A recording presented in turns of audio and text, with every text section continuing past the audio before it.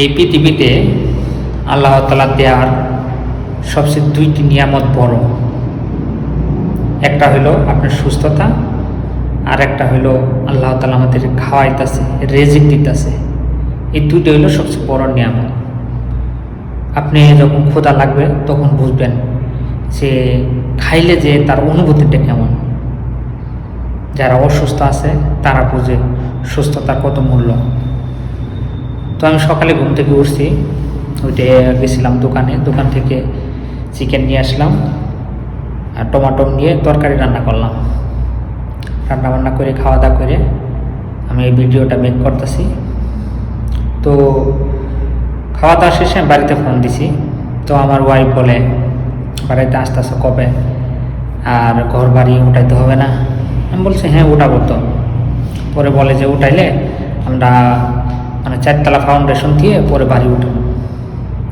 পরে আমি বলছি আমি কি পাগল? আমার কি পাগল মনে হয়? কোনো সাইড থেকে কি পাগল মনে হয়? তখন আমার ওয়াইফ হুট করে বলে, কেন, ঘরের সাথে পাগলের কি সম্পর্ক? আমি তো তোমার পাগল বলি নাই। আমি বললাম হ্যাঁ বলছো তুমি। ওরা বলে কীভাবে? কইলাম আমি 4 তলা বাড়ি ফাউন্ডেশন দিয়ে কেন বাড়ি উঠাবো? যারা এই দুনিয়ার পাগল তারা তো বাড়ি উঠাবে, আমার দরকার নাই তো। আজকে আমি যে চোখটা বন্ধ করি এভাবে, আমার ধন সম্পদ টাকা পয়সা সব কিছু কিন্তু শেষ। আমার সাথে শুধু আত্মীয় স্বজন যাবে কোন পর্যন্ত? কবর পর্যন্ত। বা 3 জন কবরে নামবে, নামার পরে কি করবে? যে ভাস একের পর এক দিবে, দেওয়ার পরে একজন উঠবে, তারপরে আর কিছু ভাস দিবে, আর একজন উঠবে, এভাবে 3 জনই উঠে পড়বে। তারপরে কিন্তু দাঁড়াই দিবে।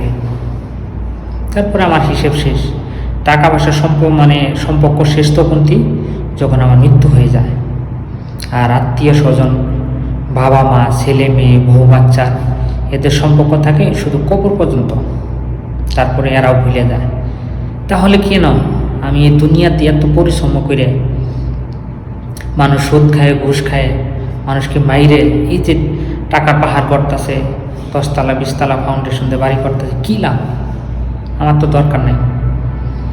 আল্লাহ তাআলা আমি যদি এই দুনিয়াতে ভালো কিছু করে যাই, আল্লাহ তাআলা আমার মৃত্যুর পর এসছে ভালো ভালো। দুনিয়া তো কিচ্ছু না, দুনিয়া কিচ্ছু না। একজন শেষ মানে যার একবার যাররা পরিমাণের মানে ইমান থাকবে, আল্লাহ তাকেও 10 দুনিয়ার সমান একটা জান্নাত দিবে। তাহলে আমি কেন এই দুনিয়াতে এসে এগুলো করব? আমি কি পাগল? আমাকে কি পাগল মনে হয়? আমি পাগল না, আমি সুস্থ। তো আমি দুনিয়াতে এত কিছু করতে চাই না। পরে আমার বউ বুঝতে পারছে যে না, তুমি যেটা বলছো এটাই সত্য। এই দুনিয়াতে যারা মারামারি কাটাকাটি করে সম্পত্তি পাহাড় করতেছে তারা হলো সবচেয়ে বড় পাগল।